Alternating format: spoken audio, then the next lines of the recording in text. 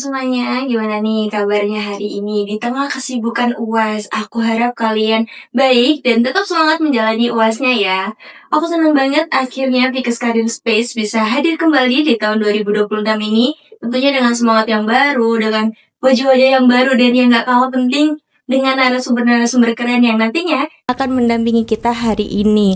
Nah, ada pepatah bilang tak kenal maka tak sayang, maka aku izin kenalan terlebih dahulu nih teman-teman. Kenalin, nama aku Nashwataya Putri, bisa dipanggil Aya. Nah, di video kali ini kita akan membahas suatu topik yang pastinya relate dengan teman-teman saat ini, dengan masalah-masalah yang dihadapi atau bahkan gimana sih tips dan triknya dalam menghadapinya itu. Nah, pastinya aku nggak sendiri, tapi aku ditemani sama narasumber hebat yang dimana beliau ini merupakan alumni dari Universitas Brawijaya jurusan Ilmu Gizi yang lulus pada tahun 2025. Nanti kita akan ngobrol-ngobrol singkat, ngobrol-ngobrol santai mengenai apa aja yang perlu dipersiapkan saat menjadi mahasiswa untuk mempersiapkan karirnya nanti nih. Oke, mungkin tanpa berlama-lama lagi kita sambut pemateri kita hari ini, Kak Rizky Fitriani Ayendari. Hai, kenalin, nama aku Rizky Fitriani Ayendari. Bisa dipanggil Kiki aja biar lebih ringkas. Aku alumni dari Universitas Brawijaya tahun 2025 kemarin. Aku lulus dari ahli program ilmu gizi gitu. Oke, Kak Kiki nih ya Kak panggilannya. Panggil aja Kak Kiki. Nah, gimana nih Kak kabarnya hari ini? Alhamdulillah sehat. Gimana adik-adik di sini, sehat semua? Alhamdulillah sehat ya Kak, mewakili teman-teman yang lain nih mungkin nih ya. Oke, nah sesuai dengan tema kita kali ini nih Kak, yaitu Preparing Your Future, Navigating Career Paths and Professional Branding in the Digital Era. Jadi nanti Kak Rizky bakal berbagi pengalaman yang unik, terus insight dan tips pastinya yang bermanfaat untuk teman-teman semuanya. Jadi bisa disimak video ini sampai akhir nih teman-teman. Nah Kak, tadi kan kita udah berbincang dikit nih ya, dan aku juga udah bilang nih kalau teman-teman kesibukan akhir-akhir ini lagi UAS. Nah kalau Kak Kiki ini lagi apa nih kesibukannya nih Kak? Sekarang aku kerja. Aku sekarang lebih fokus ke bisnis aku sama lagi remote working sih gitu. Jadi aku emang lagi remote, dimana perusahaannya emang bukan di Indonesia, di luar negeri, jadi full remote. Oke, keren banget. Jadi membagi waktunya lumayan banyak nih ya Kak. Iya, lumayan banyak. Ada remote juga, keren banget nih Kak Rizky teman-teman. Nah kalau boleh sedikit flashback nih Kak, mungkin Kak Kiki bisa ceritain nih Kak gimana perjalanan pendidikan dan karir Kakak hingga akhirnya Kak Kiki bisa berada di posisi saat ini. Oke, jadi sebelum aku ada di Universitas Brawijaya, aku juga menempuh pendidikan Diploma 3 terlebih dahulu. Jadi itu dimulai dari 2019. Aku studi Diploma 3 selama 3 tahun. Nah di situ merupakan awal perjalanan karir aku, di mana kalau nggak salah waktu itu masih COVID. Jadi aku di rumah, terus aku tuh kayak bingung nih mau ngapain, cari kesibukan. Terus karena aku bukan anak organisasi dan aku menyadari itu kayak ini nggak mungkin dong dibiarin gini terus, ntar CV aku buat bekerja ntar diisi apa. Iya, bener Akhirnya banget. waktu COVID tuh lagi banyak-banyaknya kayak startup buka internship gitu. Jadi aku coba daftar internship yang walaupun 2 startup awal itu aku itu bukan di bidang gizi. Jadi itu kayak content creator gitu. Wow. Jadi aku daftarnya emang di content creator yang internship. Nah dari perjalanan karir Kakak itu, aku penasaran nih. Pas masih jadi mahasiswa, Kak Kiki ini emang udah punya gambaran tentang karir Kakak nantinya, atau itu tuh ditemukan seiring berjalannya waktu aja nih Kak? Nah, itu kayaknya aku temuin seiring berjalannya waktu deh. Gitu. Jadi dulu kan kalau misal di gizi tuh kayak prospek karirnya tuh agak lumayan luas ya. Misal aku pengennya masuk di klinik, which is itu adalah rumah sakit, atau mau masyarakat tuh di puskesmas. Nah aku dari dulu tuh udah punya keinginan buat masuk di industri gitu. Jadi lanjut lagi yang dari waktu di Diploma 3 aku ikut internship itu. Terus aku diajak tuh ikut kompetisi. Nah kompetisi itu kayak bikin produk makanan gitulah. Nah dari situ juga itu kayak membuka peluang karir aku juga sih, kayak bisa buat nambah sertifikat, terus nambah di CV achievementnya itu apa aja gitu, sama nambah publikasi. Gitu. Jadi waktu D3 aku udah coba ikut kompetisi itu, walaupun nggak yang menang gimana, tapi seenggaknya itu menambah pengalaman aku juga. Nah dari situ aku juga mulai muncul nih ketertarikan, kayaknya aku tertarik nih di dunia yang berbau industri gitu, yang di gizi pangan gitu. Aku mulai tertarik gitu. Nah setelah itu ini aku sebenarnya masih meraba-raba ya, gimana gitu. Nah setelah menunggu dari masa selesai skripsi di D3 sampai di wisuda tuh, aku mulai ikut proyek-proyek dosen. Kan tiap dosen pasti punya jatah penelitian minimal 1 tahun sekali. Betul banget. Nah itu aku tuh kayak diajak gitu loh sama dosenku. Nah ini saran juga buat kalian, kalau misal kalian lagi pre-DI atau PKL gitu ya, kalian coba deh jaga hubungan baik kalian dengan dosen pembimbing kalian.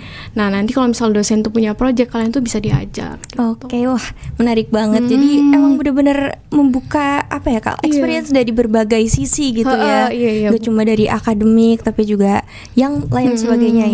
Itu keren banget sih teman-teman. Bisa di notes nih teman-teman semuanya. Nah jadi prosesnya itu kan emang berkembang gitu ya Kak, nggak dari awal yang udah ditentukan, tapi seiring berjalannya waktu. Betul. Oke, nah kira-kira Kak ada nggak sih pengalaman yang paling berkesan atau bahkan menjadi titik balik dalam perjalanan karir Kak Kiki ini?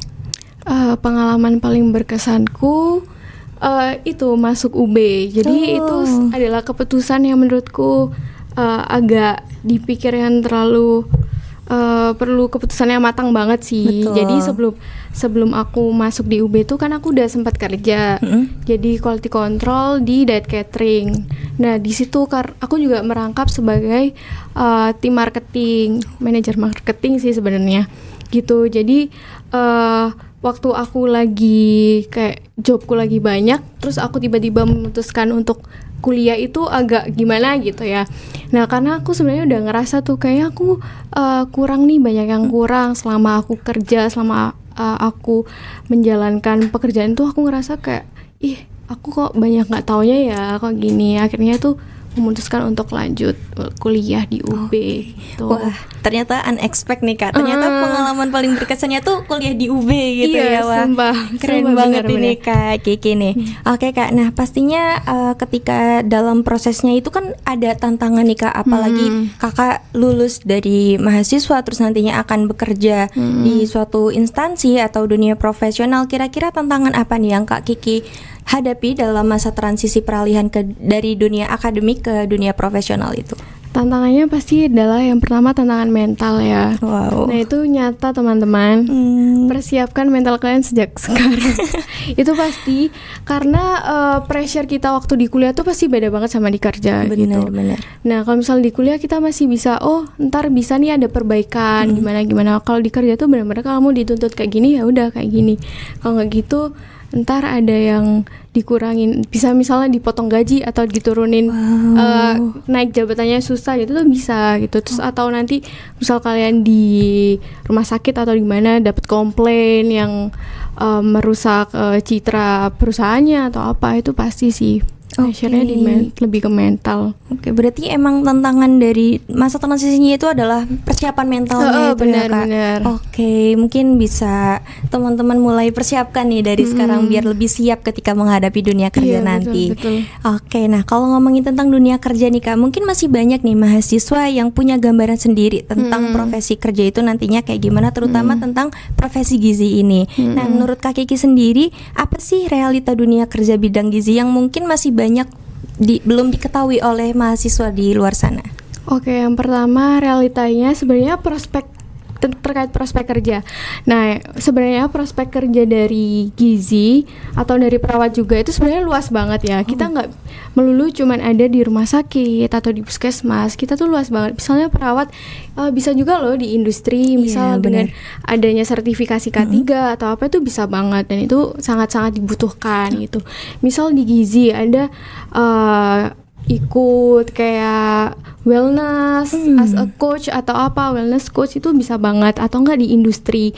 Jadi R&D atau quality control itu bisa banget gitu sih. Jadi ingat, misal kalian nanti kerja, aku kok nggak diterima di rumah sakit ya, masih banyak kok prospek yang lain membutuhkan kalian gitu. Oke, berarti jangan terpatok di salah satu aja gitu ya Kak, tapi bisa kita cari lagi, explore. Bener, banyak banget kok gitu. Oke, nah nih nextnya nih Kak, kira-kira menurut Kak Kiki peluang karir apa aja sih Kak yang sebenarnya bisa dieksplor oleh lulusan gizi ini, atau mungkin keperawatan juga nih? Oke, kalau misal peluang karirnya, misal nih kalau dari gizi, dari sarjana mau lanjut dietitian.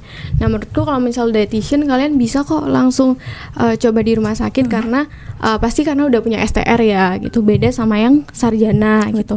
Coba di rumah sakit, atau kayak aku misalnya sekarang kan aku lagi remote nih, untuk peluang dietitian di remote itu sangat banyak sekali, dengan mungkin gajinya kan bisa lebih tinggi daripada di Indonesia, teman-teman.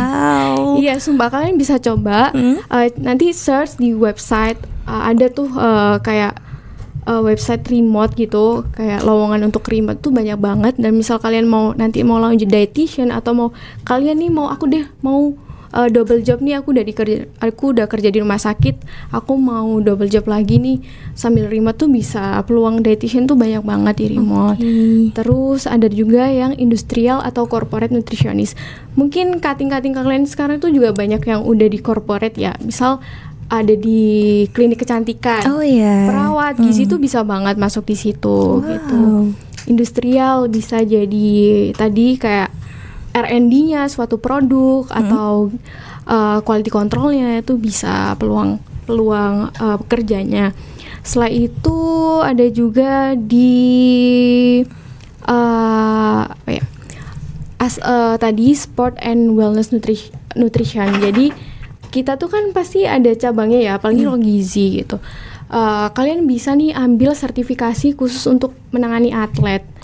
Dan aku sempat ngeliat, dan udah banyak sih yang emang menangani atlet gitu, khusus untuk atlet. Dan itu bisa jadi salah satu peluang kalian juga. Oke, berarti ini kalau dieksplor di berbagai sisi, berbagai hal itu banyak ya Kak, sebenarnya ada gitu ya. Oke, dan aku baru tahu nih kalau ternyata bisa remote juga. Itu menarik banget nih teman-teman. Jadi di era digital ini kalian bisa kerja dari rumah yang pastinya masih dengan spesifikasi kalian gitu. Betul. Oke, keren nih Kak. Nah, kalau menurut Kak Kiki, kompetensi dan skill apa sih yang saat ini penting dibutuhkan di dunia kerja Kak? Yang pertama tentunya hard skill ya. Hard skill ya udah, misal gizi, kamu selama kuliah tuh dapat apa aja, nah itu pasti akan diterapkan. Perawat juga, misal dari mata kuliah semuanya ini kamu menerapkan itu harus punya lah gitu. Kayak misal nanti kalau misal di nurse kan ada uji kompetensi, nah itu kan juga salah satu penilaian. Nah kayak gitu. Terus juga nggak lupa soft skill. Soft skill itu penting banget sih.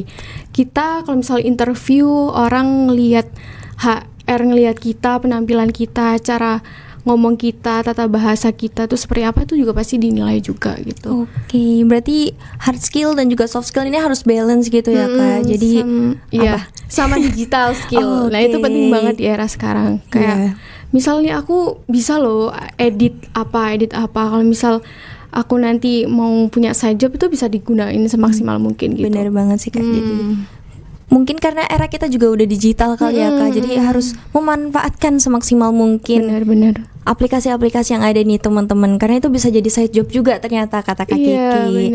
Oke, nah Kak, aku mau nanya lagi nih, pastinya kalau dibandingkan dengan bayangan Kak Kiki saat masih mahasiswa, apa perbedaan terbesar antara ekspektasi dan realita dunia kerja yang Kak Kiki hadapi nih?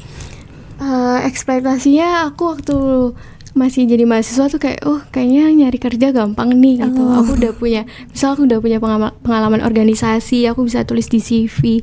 Terus aku udah punya pengalaman waktu PKL kan tuh bisa ditulis di CV ya. Kayaknya ini bisa nih aku langsung daftar ini. Nyatanya nggak semudah itu gitu. Beneran kalian harus mempersiapkan sebuah penolakan. Apa tuh kalian harus mempersiapkan itu sih. Karena daya saing kita tuh cukup tinggi. Kayak misal perawat atau gizi tuh orang di luar sana tuh banyak dengan profesi yang sama. Misal mau masuk di perusahaan ini atau di instansi ini tuh saingan kita tuh banyak banget gitu. Jadi menurutku ekspektasi dan realitanya tuh memang kita harus mempersiapkan skill semaksimal mungkin sih. Cara kita apalagi terkait public speaking. Pasti kan kalau misalnya interview tuh cara kita ngomong ya ke HR, nah itu penting banget sih. Jadi emang realitanya nggak semudah itu. Kita harus pintar-pintar buat mempersiapkan semuanya. Berarti intinya persiapan yang baik akan membuahkan hasil yang lebih baik juga gitu ya Kak. Persiapannya kalau bisa dari saat kuliah mahasiswa nih, iya. Keren nih teman-teman. Jadi selama masih mahasiswa ini emang kita harus mengupgrade diri kita agar lebih bervalue gitu untuk di dunia kerja nantinya. Kak. Nah, ngomongin tadi soal organisasi nih Kak. Kira-kira menurut Kak Kiki seberapa penting sih Kak pengalaman organisasi atau kepanitiaan yang dijalani oleh mahasiswa ini ketika di dunia kerja nantinya? Itu penting banget. Selain mengasah soft skill untuk teamwork atau apa, beberapa aku interview itu HR pasti menanyakan pengalaman organisasi. Jujur aku walaupun aku waktu itu kan aku nggak pernah punya pengalaman berorganisasi ya, jadi kayak aku agak bingung tuh jawabnya gimana. Nah menurutku kalian tuh udah punya privilege dengan mengikuti organisasi, karena itu bisa jadi salah satu jawaban yang kalian kuasai gitu loh. Jadi itu penting banget. Dari situ pasti HR akan menilai kayak, oh dia udah terbiasa berorganisasi nih, dia pasti teamworknya misal udah bagus, jiwa kepemimpinannya gimana. Itu tuh penting banget sih. Mungkin untuk teman-teman nih yang masih kadang di hari-hari libur masih harus ikut kegiatan organisasi dan kepanitiaan. Nah, tuh semangat teman-teman, karena nanti hasilnya akan dirasakan ketika masuk di dunia kerja ya Kak. Benar. Nah Kak, kalau boleh tahu nih Kak, kira-kira langkah apa sih Kak yang sebaiknya kita persiapkan selagi masih menjadi mahasiswa ini Kak? Yang pertama mindset buat kalau misal IPK tuh harus bagus atau apa. Sebenarnya kalian IPK ya harus bagus sih. Betul. Cuman nggak jadi pressure yang gimana gitu. Terutama aku mau lebih utamain di skillnya gitu. Kuasain benar-benar skill kalian. Kalau misal di gizi ya udah kuasain semuanya. Di perawat juga kuasain skill-skill untuk menjadi perawat yang baik itu seperti apa. Terus yang kedua persiapan magang dan organisasi.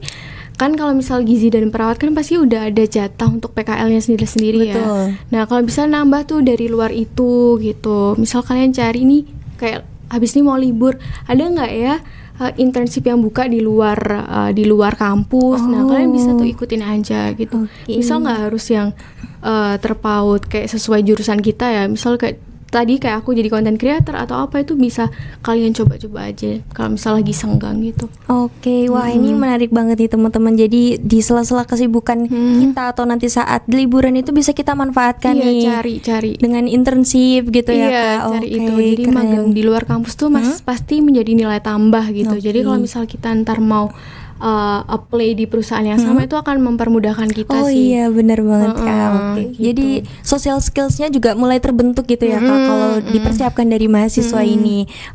Setuju nih teman-teman oleh pendapatnya Kak Kiki. Terus ada lagi sih sosial media. Kan masih punya Instagram dan TikTok. Tolong manfaatin itu sebaik-baiknya. Misal kalian mau upload nih, aku habis ada mata kuliah yang menarik banget gitu. Aku mau lebih mengulas ini, aku mau upload jadiin konten, itu nggak apa-apa banget loh gitu. Penting kalian cantumin sumbernya. Mungkin jadi dari situ kalian bisa jadi content creator yang mantap gitu. Jadi dimulai dari hal-hal kecil gitu ya Kak sebenarnya. Mungkin teman-teman bisa nih bikin kayak day in my life gitu. Aku kuliah gizi atau aku kuliah perawat, ngapain aja tuh boleh. Yang penting sesuai dengan etikanya aja gitu sih. Keren nih teman-teman, bisa dicontoh tips dari Kak Kiki ini. Walaupun aku dulu nggak gitu sih. Tapi kayaknya sekarang content creator kan pasti lebih banyak diminati ya. Menurutku itu coba aja dari sekarang mumpung kalian masih mahasiswa gitu. Jadi emang sosial media ini akan sangat berpengaruh gitu ya Kak untuk membentuk diri itu. Nah kira-kira nih Kak, ada saran gak sih untuk mahasiswa yang masih bingung nih menentukan arah karirnya mau kayak gimana? Menurutku itu akan ditemukan seiring berjalannya waktu sih. Jadi enjoy aja prosesnya. Misal kalian ada ketertarikan dari salah satunya, coba kalian lebih dalami, pelajari. Aku beneran tertarik nggak ya sama ini? Misal aku, ternyata aku tertarik, ya udah kalian bener-bener kayak aku mau deh ngambil sertifikasinya, aku mau deh ambil apanya. Ya udah, dari seiring berjalannya waktu kalian pasti dapat. Ketika udah dapat bener-bener mendalami itu gitu. Oke, berarti jangan khawatir nih ya buat teman-teman yang masih bingung. Apalagi kalian masih semester 2 kan. Iya, betul banget nih. Jadi nanti bakal ketemu kok seiring berjalannya waktu. Karena pelan-pelan kita bisa mengeksplor itu semua. Bener. Oke Kak, nah kalau tadi kita mention ke sosial media nih Kak, itu kan bisa untuk menjadi tempat membentuk personal branding nih ya Kak. Kalau menurut Kakak personal branding itu apa sih dan seberapa penting kita untuk memiliki personal branding? Personal branding itu cara kita merepresentasikan diri kita ke orang-orang gitu. Jadi menurutku itu penting banget karena itu bisa jadi salah satu kunci misal kita antar mau bekerja mau apa, itu jadi salah satu keunggulan kita juga sih. Misal dia personal brandingnya bagus nih, dilihat dari misal portofolionya, dari LinkedIn-nya gitu. Itu penting banget. Jadi menurutku apa yang jadi hal unik dari dirimu sendiri itu nggak perlu malu untuk dijadikan atau dikemas untuk personal branding diri kamu sendiri gitu. Oke, berarti teman-teman bisa men-show off gitu ya Kak, apa yang ada di dirinya, nggak usah malu gitu teman-teman. Oke. Benar. Nah, oke, nextnya nih Kak, kira-kira gimana ya Kak untuk membangun sebuah personal branding yang baik dan tetap sesuai dengan diri kita? Yang pertama adalah kenali keunikan dan potensi diri kamu sendiri. Terus bangun confidence, self confidence, kepercayaan diri. Jangan takut, jangan kayak ikut-ikutan gini. Oh dia nggak gini, kok aku tiba-tiba gini ya. Kok aku mau ngepost ini, aku mau ngepost konten edukasi nih gitu. Kok aku malu ya, jangan gitu. Jadi ya udah berani aja. Terus yang ketiga menampilkan identitasmu secara profesional. Maksudnya kalau misal kamu ini misal perawat, ya udah kamu jangan terlalu misal mau masukin edukasi, jangan yang membuka status identitas pasien atau apa, pokoknya itu profesional gitu. Oke, berarti sesuai dengan etikanya gitu ya Kak. Oke, berarti penting untuk teman-teman personal branding itu ya ternyata. Bener. Nah, pasti dalam proses membangun personal branding ini kan pasti ada hal-hal yang perlu diperhatikan ya Kak. Menurut Kak Kiki nih, kesalahan apa sih yang biasanya mahasiswa lakukan ketika sedang membentuk personal branding tersebut? Itu tadi sih, malu sama nggak berani nge-show up dirinya sendiri gitu. Oke, berarti itu harus dikurang-kurangi ya teman-teman. Kalau emang mau membentuk jangan malu-malu dari nih. sekarang sih gitu. Daripada ntar nyesel tau gitu aku dari dulu ya bikin konten kayak gini, tau gitu aku dari kapan ya bikin konten kayak gini gitu. Oke, bisa di notes nih itu untuk teman-teman yang ada di mulailah sana dari ya. sekarang teman-teman, semangat. Betul banget nih. Nah mungkin Kak Kiki bisa cerita sedikit nih bagaimana perjalanan Kak Kiki dalam membangun personal branding hingga akhirnya berada di titik sekarang nih. Gimana ya? Itu sih ya dari awal itu karena aku dulu kan ikut intern yang di luar kampus. Itu mereka pasti ngasih insight yang banyak banget untuk bangun personal branding. Jadi dari situ aku mulai bangun personal brandingku yang awalnya mengarah sebagai content creator, terus kemudian lebih spesifik lagi ke nutrition content creator gitu sampai sekarang. Berarti walaupun aku nggak terlalu fokus sih di konten, cuman aku masih sering gitu. Oke, berarti kayak bertahap gitu ya Kak. Bertahap, nggak bisa langsung instan karena pasti setiap perjalanan kamu ada experience lagi yang menambah itu. Oke. Tuh teman-teman, lagi-lagi experience ya Kak harus kita imbangi gitu dengan soft skill dan juga hard skill yang kita punya.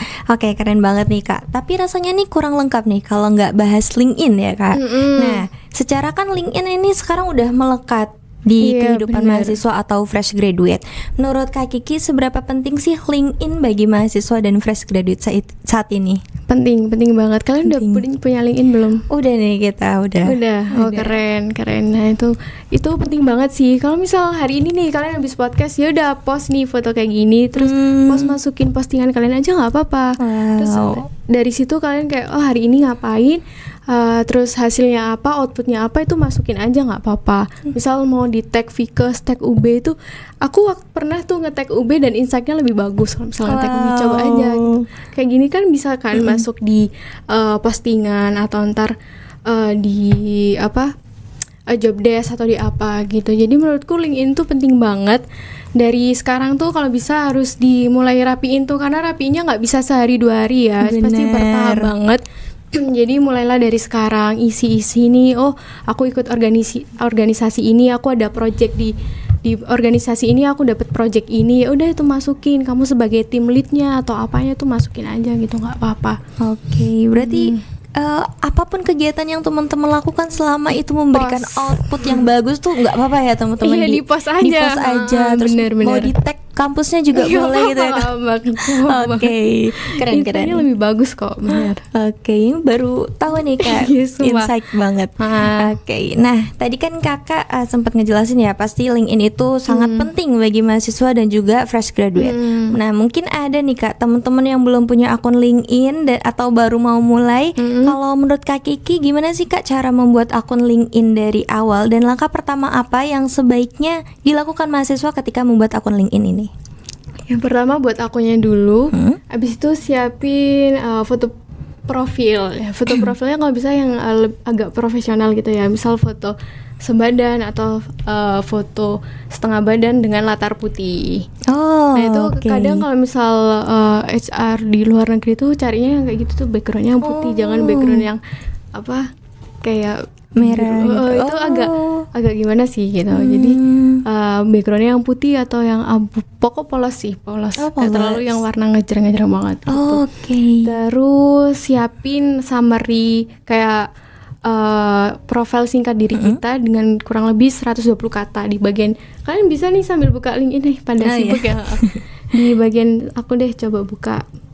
Itu siapin untuk perkenalan diri kalian secara singkat. Misal aku nih mahasiswa keperawatan atau mahasiswa gizi dengan ketertarikan misal di bidang gizinya apa, di bidang keperawatannya apa. Aku juga sedang berorganisasi atau apa gitu. Pakai kata ganti orang pertama gitu. Pakai aku sedang gimana gitu. Setelah itu yang perlu disiapin lagi yang jelas kontak, email sama nomor WhatsApp. Email aja sih, email tuh penting buat dicantumin. Setelah itu pengalaman pekerjaan. Nah, kalau misal belum ada pengalaman pekerjaan, bisa pengalaman organisasi sekarang, itu bisa dimasukin aja. Terus apa yang udah kamu lakuin, apa yang udah kamu kerjakan itu ditulis aja di situ sama dokumentasinya. Gitu. Terus apa lagi ya? Misal kalian udah ada volunteer atau apa, itu bisa kok dimasukin juga organisasi.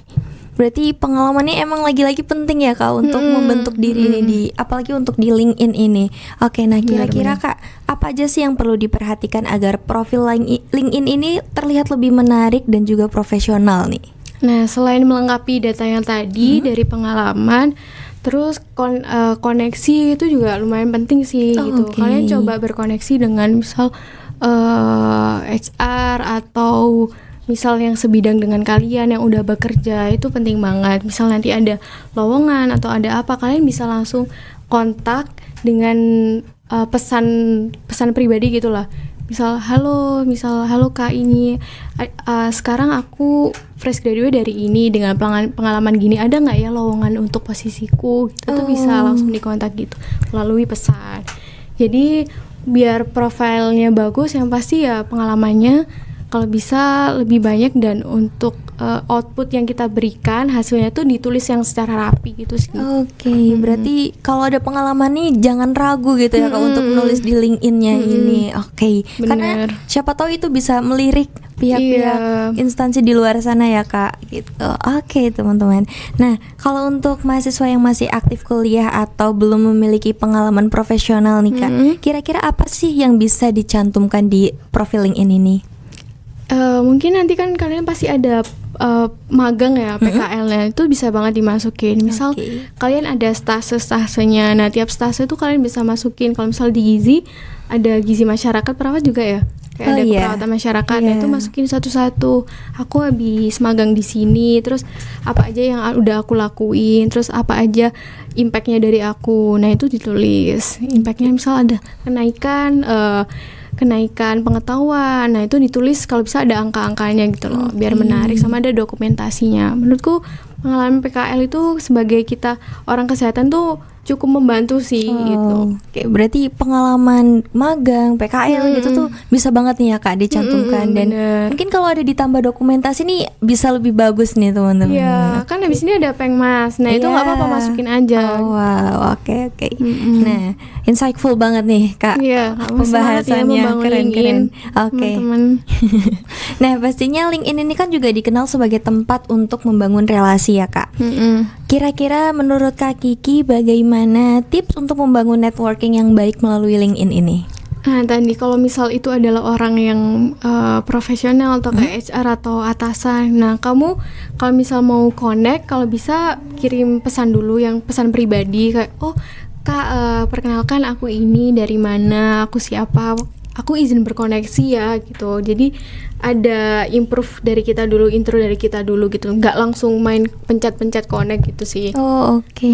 Jadi ada etikanya gitu. Oke, mungkin habis ini bisa kali ya aku connect LinkedIn ya sama Kak Kiki. Boleh. Aku sering share pengalaman, sering nge-like-in kayak loker gitu sih. Jadi pasti masuk juga di kalian gitu. Wow, keren banget sih teman-teman, tips dari Kak Kiki ini bisa dicatat nih untuk teman-teman semuanya. Apalagi kalau ada yang belum bikin LinkedIn, pokoknya dari detik ini juga harus mulai bikin LinkedIn.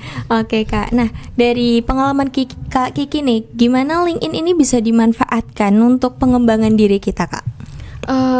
Untuk pengembangan diri kita yang pasti kita kadang ngelihat di beranda tuh kayak pencapaian orang lain ya. Benar. Gitu. Dari situ kita pasti kayak aku juga nggak mau nih kayak stuck gini-gini terus gitu. Aku juga harus improve nih gitu. Jadi dari situ aku ngerasa kayaknya aku harus mulai ada perkembangan buat diriku sendiri sih. Jadi aku mulai ambil sertifikasi apa gitu. Jadi LinkedIn tuh cukup mempengaruhi banget. Kadang di LinkedIn tuh juga membuka kayak ini ada program sertifikasi apa. Nah, itu bisa diikutin, bisa diapa. Wow. Atau enggak dari LinkedIn itu kan mereka di sana share kayak lowongan kerja banyak banget kan. Iya. Dan di situ kadang ada kualifikasinya, ada apa. Terus kayak, aku nggak punya ini, aku pengen daftar ini tapi aku kok nggak punya kualifikasi yang sebelah ini ya gitu. Jadi dari situ aku mulai kayak, kayaknya aku harus mengembangkan diriku di skill yang ini, skill yang apa gitu sih. Oke, berarti cukup emang mempengaruhi banget. Sangat mempengaruhi ya Kak. Berarti nggak cuma untuk membentuk networking, tapi kita bisa melihat banyak hal di situ yang bisa kita explore untuk pengembangan diri kita nih. Oke, tentunya teman-teman juga harus mempersiapkan skillsnya ya dari sekarang. Oke, nah Kak, sebelum masuk ke sesi terakhir nih Kak, menurut Kak Kiki apa sih kesalahan yang perlu dihindari mahasiswa ketika sedang menyiapkan karir mereka nih? Yang perlu dihindari, jangan malas untuk mencoba sih. Kalau misal kalian lagi berorganisasi, ya udah jalanin aja.